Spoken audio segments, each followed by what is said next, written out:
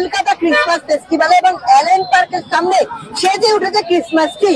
মুখ্যমন্ত্রী মমতা বন্দ্যোপাধ্যায় নিজের হাতে উদ্বোধন করলেন এই ক্রিসমাস ফেস্টিভ্যালের। এবং প্রত্যেক বছর পার্ক স্ট্রিটের যে আলোকসজ্জা, সেই আলোকসজ্জা দেখবার জন্য দূর দূর থেকে মানুষ ছুটে আসে।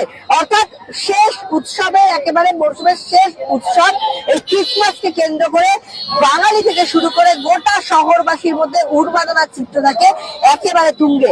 এবং পার্ক স্ট্রিটের এই যে আলোকসজ্জা, সেই আলোকসজ্জা কিন্তু দেখবার জন্য বহু মানুষ ছুটে আসে। অর্থাৎ উদ্বোধন হলো এবং আগামী 1 জানুয়ারি পর্যন্ত কিন্তু এই ফেস্টিভ্যাল চলবে। এবং এই ফেস্টিভ্যালের রেস, সেই রেস কিন্তু আপামর যারা সাধারণ মানুষ আছে দূর দূর থেকে, তাদের চোখে মুখে ফুটে উঠছে।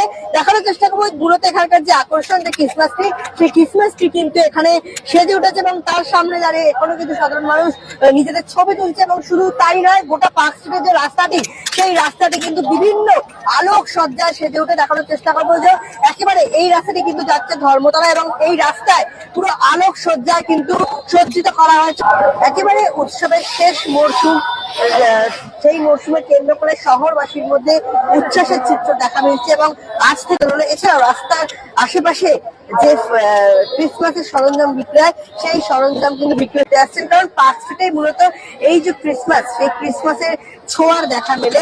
কারণ শহর কলকাতার মধ্যে পার্ক স্ট্রিটই কিন্তু আলোক সজ্জায় সজ্জিত হয়ে ওঠে। অর্থাৎ উৎসবের শেষ মরশুম এবং শেষ উৎসব এই ক্রিসমাস ফেস্টিভ্যাল। এবং সামনেই আগামী নতুন বছর এবং এই হ্যাপি নিউ ইয়ার, অর্থাৎ এই নিউ ইয়ারকে কেন্দ্র করে আপামর জনগণের মধ্যে কিন্তু উন্মাদনার চিত্র ফুটে ওঠে। প্রত্যেক বছর কিন্তু চেনা ভিড় হয় এই পার্ক স্ট্রিট চত্বরে।